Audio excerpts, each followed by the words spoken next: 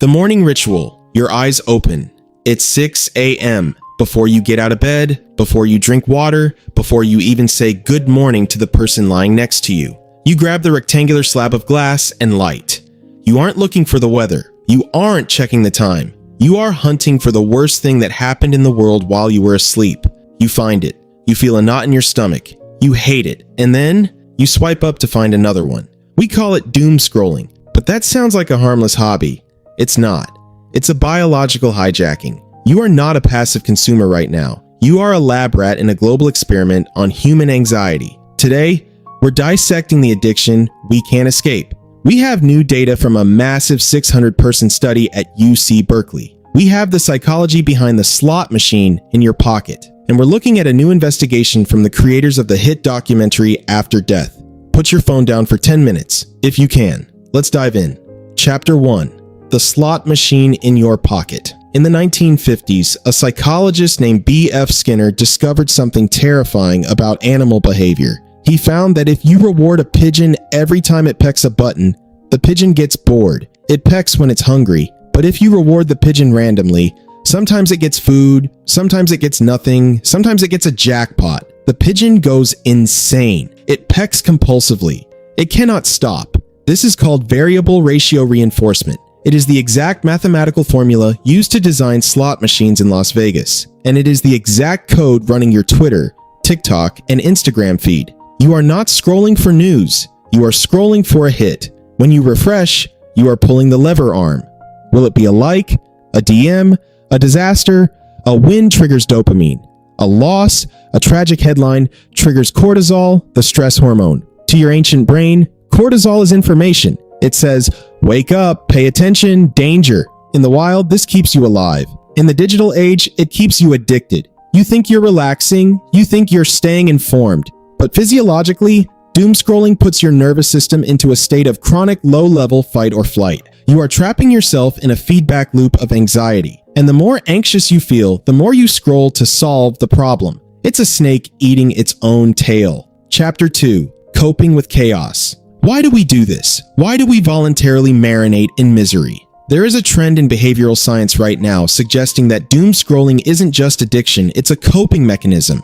It's an attempt at control. We live in a chaotic world. Climate change, political instability, economic uncertainty. It feels like the ground is shaking. When you doom scroll, you are engaging in vigilance. You are telling your primal brain, if I watch the disaster happen, I won't be surprised by it. If I know about the virus, I can avoid it. If I see the war coming, I can prepare. It's a survival instinct gone wrong. We used to scan the horizon for predators. Now we scan headlines for threats. But here is the irony that breaks the system. Watching the disaster does not help you survive the disaster. Reading about the crash doesn't save your 401k. Seeing the conflict doesn't stop the war. You are not preparing. You are just traumatizing yourself.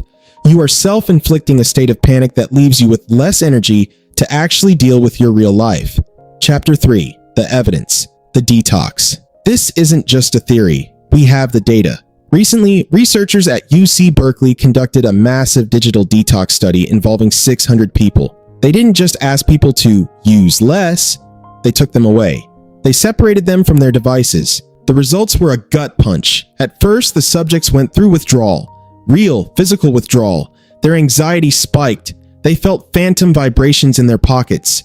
They felt isolated. They felt like they were missing out on the pulse of the world. But then, the flip switched. After a few days, the cortisol fog lifted. The 600 participants reported higher levels of satisfaction, deeper connection with the people physically around them, and a dramatic decrease in depressive symptoms. This search for the truth is going mainstream. Cypher Studios, the team behind the hit documentary After Death, which grossed over $12 million at the box office, are currently producing a feature-length investigative documentary on this exact topic called Doomscroll. Why would a studio that explored the afterlife turn their attention to your iPhone?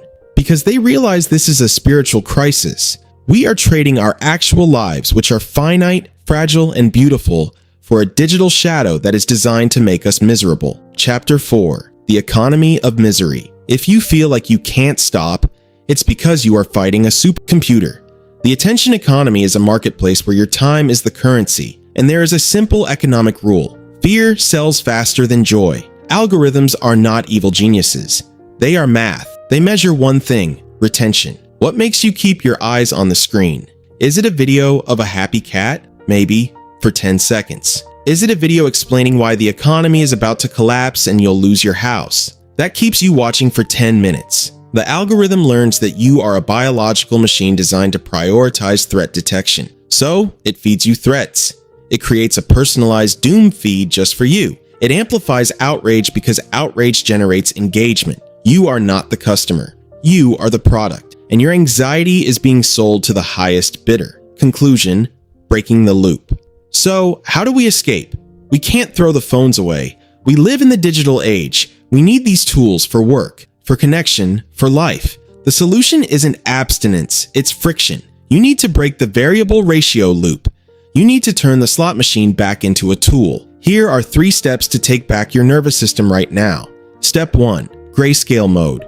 Go into your accessibility settings and turn your screen black and white. It sounds silly, but your brain craves the red notification bubbles and the bright colors. Without the color, the phone becomes a utility, not a toy. It breaks the dopamine trigger. Step 2. The paper rule. If you wake up and need to know the news, read a newspaper or a specific news website. Do not open an app. The app is designed to keep you. The article is designed to inform you. Choose the container of your information. Step 3. The morning firewall. This is the hardest one. For the first 20 minutes of your day, you do not touch the screen. Let your brain wake up naturally. Let your cortisol levels settle. Decide your own mood before you let the algorithm decide it for you. We are the first generation in human history to carry the sum total of human knowledge and human suffering in our pockets. It is a powerful tool, but right now it is using you. Take back the lever, stop scrolling, start living.